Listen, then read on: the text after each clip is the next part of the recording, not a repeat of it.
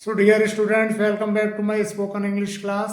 मैं एक बार फिर से आपके सामने H2 F2 वाले सेंटेंसेस लेकर के मैंने आपको मेरी पिछली वीडियो में बताया था कि किस प्रकार से जो सेंटेंसेस होते हैं जिनमें किसी काम की हमें बाध्यता होती है करने की, उनमें H2 F2 का प्रयोग किया जाता है और H2 F2 का प्रयोग कर्ता के अनुसार किया जाता है।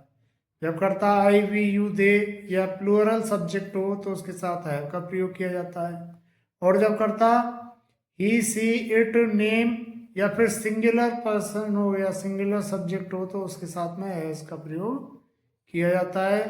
ये बात बिल्कुल पहले ही क्लियर हो चुकी है।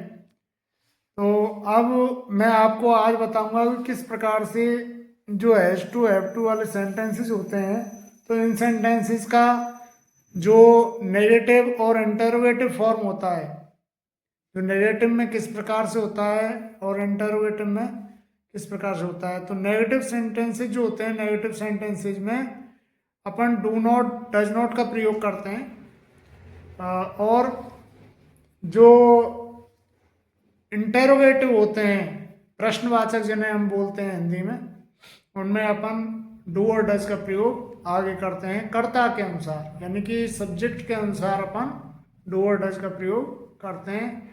तो आइए हम यहाँ पर आगे बढ़ते हैं कि जैसे ये सेंटेंस है I have to cook food. जैसे I have to cook food, मुझे खाना पकाना पड़ता है। तो इसको ही अगर आपसे कोई पूछे क्या आपको खाना पकाना पड़ता है, क्या तुम्हें खाना पकाना पड़ता है, तो किस प्रकार से इसको बनाएंगे कि do you have to cook food. क्योंकि यहाँ पे सब्जेक्ट जो है वो यू है, इसलिए यहाँ पर यू से पहले अपन डू यूज करेंगे और डू के साथ हैव यूज करेंगे, हैव टू। तो do you have to cook food, क्या तुम्हें खाना पकाना पड़ता है। अगर आपका आंसर है yes, then you will say like that yes I have to cook food, हाँ मुझे खाना पकाना पड़ता है। और अगर आपका आंसर है नो, नहीं मुझे खाना नहीं पकाना पड़ता है, तो आपका जो आंसर है वो इस तरीके से होगा no I don't have to cook food, no I don't have to cook food. ऐसे ही अगर मान के चलिए कोई महिला है या कोई औरत है, अगर उसकी बात की जाए कि क्या उसे खाना पकाना पड़ता है, तो यहाँ पर चूंकि सी यूज कर रहे हैं, इसलिए सी यूज करते समय हम डज का प्रयोग करेंगे इससे पहले, सब्जेक्ट से पहले।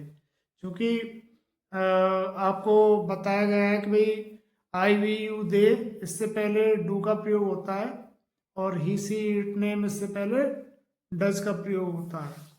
तो यहाँ पर does she have to cook food. अब आप में से कहोगे कि सर इसके साथ हैज क्यों नहीं आया यहाँ पे, क्योंकि हैज में से डज को निकाल लिया गया है, अलग कर लिया गया है जो इसकी फॉर्म है, तो इसलिए यहाँ हैव टू का प्रयोग होगा। प्रश्नवाचक में और नकारात्मक जो वाक्य होते हैं उनमें हमेशा चाहे करता